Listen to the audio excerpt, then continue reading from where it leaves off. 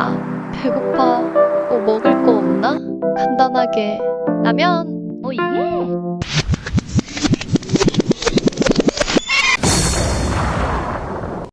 오늘은 라면 요리를 하려고 하는데요. 첫 번째 요리 재료는 화면에 보이는 재료로 준비해주세요. 태국식 볶음라면 시작합니다. 먼저 물을 끓여야겠죠? 물은 500ml 정도 부어주세요. 볶음 라면이니까 물량은 그렇게 중요하지 않아요. 보수를 준비해주세요. 보수가 싫으면 깻잎 같은 거로 사용하시면 문제없어요. 물이 끓고 있네요. 물이 끓면 라면을 익혀줘야겠죠? 면을 넣어주세요. 면이 그릇보다 크네요. 꾹꾹 눌러주면 되지만 조금 큰 그릇을 사용하는 것이 좋을 것 같네요. 일단 요리가 시작되었으니 저는 그대로 눌러가면서 진행할게요. 잊지 마세요. 그릇이 커야 한다는 것을. 면은 꼬득하게 살짝만 익혀주세요. 다시 한번 볶아야 하는데 너무 푹 익히면 나중에 푹 퍼진 면을 드실 수 있어요.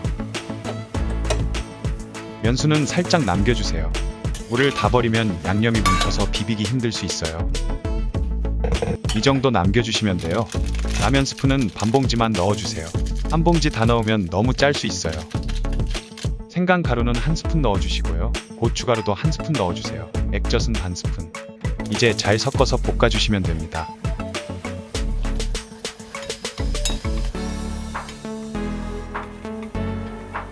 다 볶아졌으면 마무리로 참기름 한 스푼 넣어주시는 걸 추천합니다.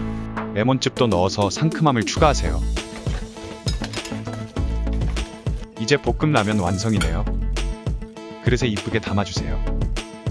보수도 손으로 뜯어서 넣으면 비주얼도 좋고 태국의 향이 확 느껴지는 태국 스타일 볶음라면 완성입니다. 보수 싫어하면 깻잎으로 대신하세요. 매운 것 좋아하시면 고춧가루나 고추씨를 충분히 넣어주세요. 계란은 노른자만 올려주세요. 진짜 완성입니다. 맛있게 드세요. 국물이 필요하다고요? 그럴 땐 똠양꿍 라면을 소개합니다. 오예. 파송송 대파를 넣어야 합니다. 대파를 다다다닥 다져주세요. 파몸통과 파줄기는 따로 사용할 거예요. 분리해서 접시에 담아주세요. 이번에는 물을 정량에 맞게 550ml 부어주세요. 그리고 불을 켜는 거 잊지 마세요. 만두 있으면 준비해서 미리 넣어주세요.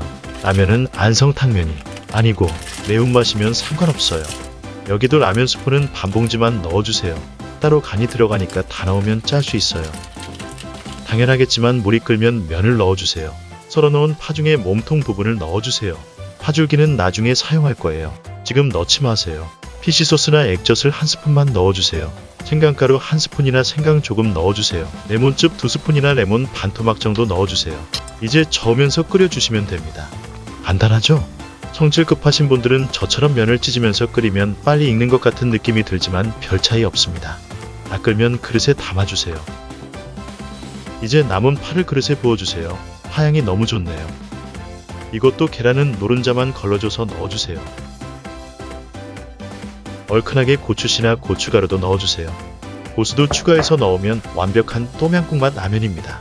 새우는 없지만요. 새우만두 넣으면 완벽. 완성입니다. 맛있게 드세요. 재밌었으면 구독과 좋아요. 잊지 않으셨죠?